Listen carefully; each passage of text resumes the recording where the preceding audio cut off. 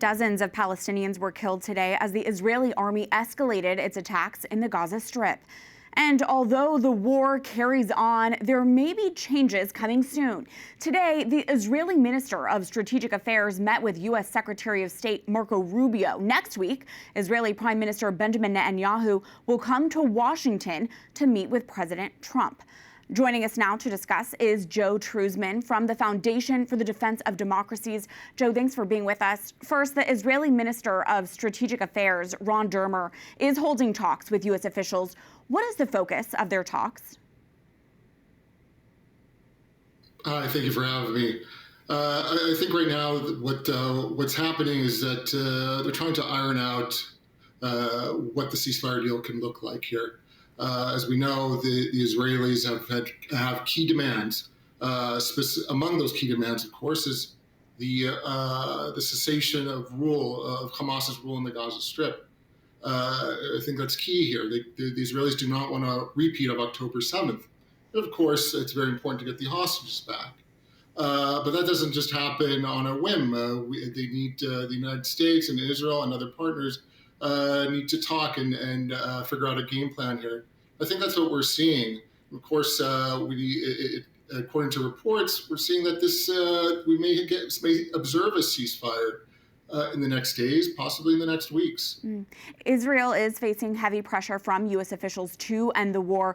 But if Israel's goal is to eliminate Hamas, can they come to a deal for a ceasefire?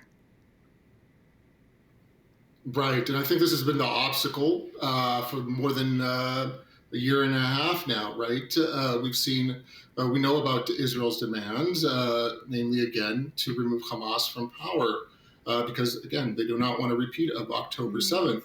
However, Hamas does not want that. They continue to fight, and this has been the biggest obstacle, I think, this whole time. This is why I don't think we've seen a permanent ceasefire throughout more than a year and a half of fighting.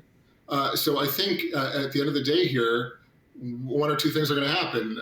Either Israel gives up this demand or Hamas gives up this demand of staying in power. Now we'll have to wait and see what happens. Prime Minister Netanyahu has said that new opportunities have now arisen to bring the war in Gaza to an end following the 12-day war between Israel and Iran. How would that be connected?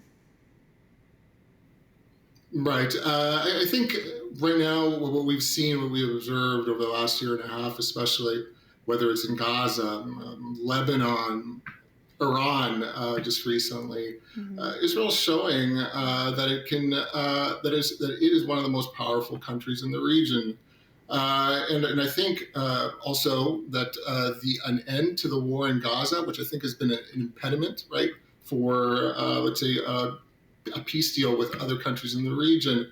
So I think what we may see happen here is that with this win over Iran and of course over Lebanon and over Hezbollah in Lebanon, of course, and possibly a ceasefire in the next weeks, I think Israel can leverage this, and the United States, of course, to solidify or to establish relations, specifically peace relations with other countries in the region, specifically Syria, to name a few. And in my final moment with you, what should we expect with Netanyahu's visit to Washington next week?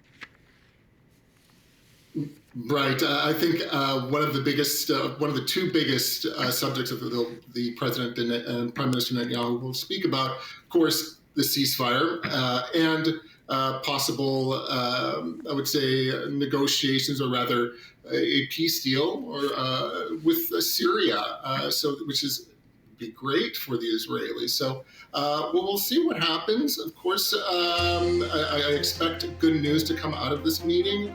But again, we have to be hopeful here. But I'm looking forward to seeing what happens. Us as well. Joe Truzman, thank you so much. Thank you.